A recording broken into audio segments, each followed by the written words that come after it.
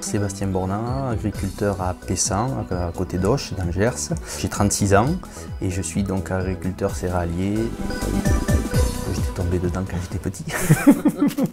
Oui, et c'est jamais parti, ça vous a jamais Non, quitté? Non, depuis tout petit, mon père était agriculteur, j'ai toujours été attiré par la profession et pour moi ça s'est dessiné naturellement et voilà, c'était une vocation. J'ai fait un BEPA suivi d'un bac STAE et d'un BTS AXE, analyse et conduite des systèmes d'exploitation. Le matin, souvent, je jette un petit coup d'œil sur l'ordinateur pour connaître un petit peu les cours. Voilà, ça c'est quelque chose que je suis d'assez près.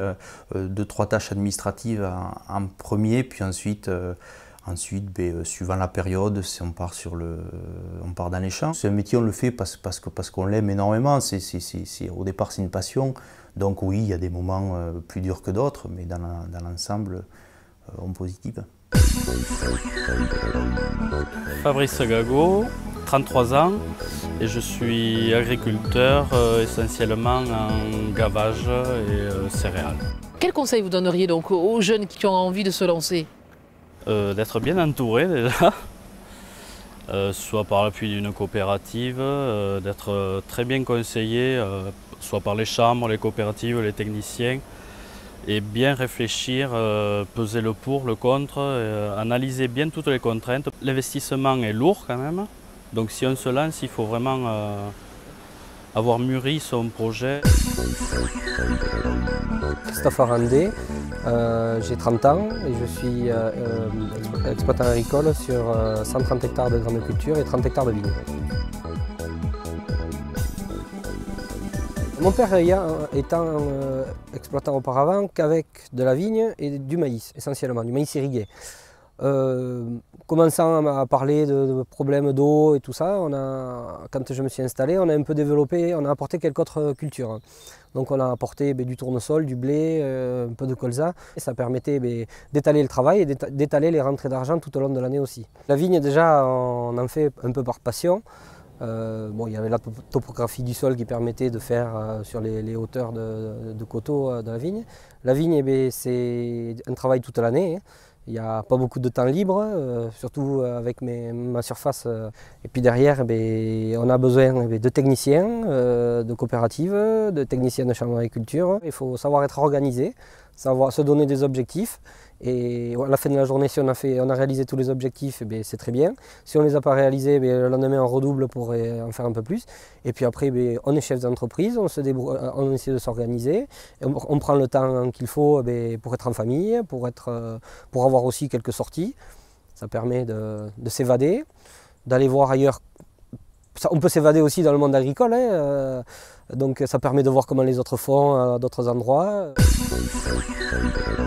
Muriel Marquissot, j'ai 41 ans, donc je suis exploitante agricole et avec 4 bâtiments d'élevage de poulets standards. Je travaille pour moi, je peux gérer mon temps comme je le souhaite. Et voilà, après c'est sûr, il y a le travail le samedi et le dimanche, mais bon, ça ne me dérange absolument pas. Voilà.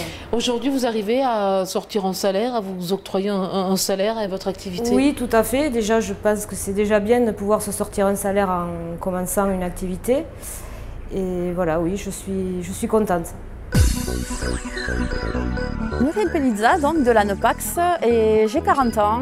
Et alors en fait, je suis donc future gérante de 4 bâtiments de poulets standards sur l'ANEPAX et co-gérante sur l'exploitation de mon mari et donc de moi-même avec de la vigne et des céréales.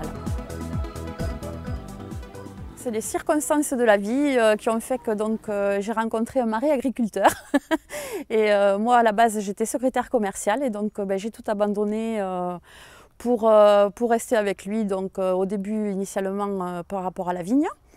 Et petit à petit, pour rester près de la maison, déjà m'occuper des enfants et tout ça. Et il fallait agrandir l'exploitation, donc on est parti sur des bâtiments de poulets standards. Je vais avoir un revenu mensuel Donc ça va me permettre déjà un petit peu de voir venir parce qu'avec la vigne et les céréales, voilà, je vais avoir un hors-sol déjà hors aléa climatique. Il me tarde de commencer parce qu'au moins j'aurai un revenu mensuel. Olivier Gaspard, 35 ans, installé sur une exploitation de polyculture maïs, conso, maïs semence, tabac et un peu de blé. À l'installation, il y a une CUMA qui était à côté, à Panassac, à 3 km, qui m'a proposé de rentrer avec eux, ce qui m'a bien aidé. Une CUMA avec tout le matériel, tracteur, tout le matériel du semis, de la préparation et du labour. Il y a de la labour au semis. Donc ça m'a permis de voir autre chose, de travailler avec d'autres personnes, de voir le métier différemment. C'est parce qu'aujourd'hui, quand on travaille un labour, on ne regarde pas chez qui on est ou qu'on s'aime, on s'entraide et ça c'est important. Laurent Cobet, 39 ans, marié, 2 enfants, je suis exploitant agricole. Philippe Cobet, 42 ans, 3 enfants et agriculteur à temps plein. Au départ, quand on a démarré, il y avait 40 mères, il y avait une cinquantaine d'hectares. Et au fil du temps, quand on s'est installé en 2000, aujourd'hui l'exploitation compte 150 hectares, donc la moitié en fermage. Et il y a 110 mères, plus toute la suite des génisses. Et après, on est parti sur des cultures. On faisait du tabac déjà, on a augmenté la culture du tabac comme en la mécanisant. De 1 hectare, on est passé à 4 hectares. Et après, au niveau du maïs, aujourd'hui, on essaye de faire des cultures un peu contractuelles, comme le maïs semence. On aura toujours besoin quand même d'élevage pour valoriser les milieux naturels où, à part l'élevage, on ne peut rien faire d'autre. Donc je pense que l'élevage, à un moment donné, aura toujours plus ou moins sa place, hein, parce que bon, si on sacrifie l'élevage, il y a des milieux naturels qui vont se fermer automatiquement. Sur certains projets, je ne serais peut-être pas parti. Qu'en étant 2, c'est plus facile de poser le problème à 2 que tout seul. Damien Dubos, je suis de la Bartette, j'ai 25 ans. Je suis installé depuis bientôt 2 ans. Je me suis installé le 1er janvier 2012. On fait polyculture et élevage, gavage canard, une salle de 1000 places. Et en culture, la culture principale, c'est le maïs semence. Et ensuite, on a 16 hectares de vignes pour Saint-Mont. J'étais salarié sur l'exploitation pendant 1 an. Et après être salarié, j'ai pris ma place de ma mère dans la société, dans un GAEC où je suis ami de frères. Il y a un de mes frères qui s'occupe surtout des vignes, traitement et tout ça. Après, mon autre frère, il fait les semis. Moi, je prépare le sol, lui fait les semis. Et après, tous les deux, on s'occupe de l'arrosage. Et de toute façon, on n'est jamais tout le temps là, quoi. Tout le monde a des réunions. Ça permet de pouvoir partir en vacances aussi, d'être 3. C'est des avantages. Il faut de la technique déjà. Et parce que c'est sur la technique qu'on peut gratter les quelques euros qui permettent à la fin, sur la surface, de gagner beaucoup. Comme un maïs semence où il y a une prime de 600 €, qui est une prime de performance. Bon, si on arrive à gratter 600 € hectare même sur 10 hectares, ça fait 6 000 €. Tout ça, c'est la technique. Il faut être pointilleux, il faut être patient. Et il faut rester calme, quoi, après. Parce que, comme cette année, par exemple, les semis n'ont pas été faciles. Donc, il faut accepter de rater aussi, quoi. Comme cette année, on ne peut pas tout réussir, quoi. Il faut faire d'autres choses quand même avant de s'installer, quoi. Faut aller voir ailleurs, aller voir d'autres exploitations, aller voir d'autres régions. Car il y a plein de choses à découvrir. Et si on se renferme chez soi, qu'on n'a rien vu d'autre, on se rend compte qu'il y a beaucoup de techniques, il y a beaucoup de choses à apprendre.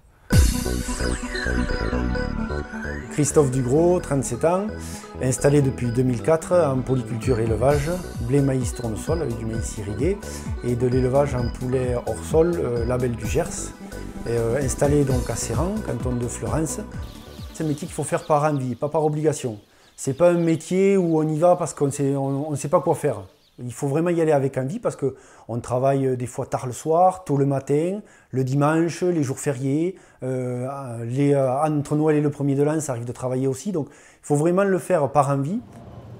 Tout ce qui plaît, voilà, c'est tout le travail. en extérieur, rencontrer les gens, parce qu'on dit qu'un agriculteur est souvent un petit peu isolé sur sa ferme, mais en fait non, parce qu'il y a tous les voisins, il y a les amis, il y a les techniciens qu'on rencontre souvent, en fait, toutes les personnes qu'on peut rencontrer.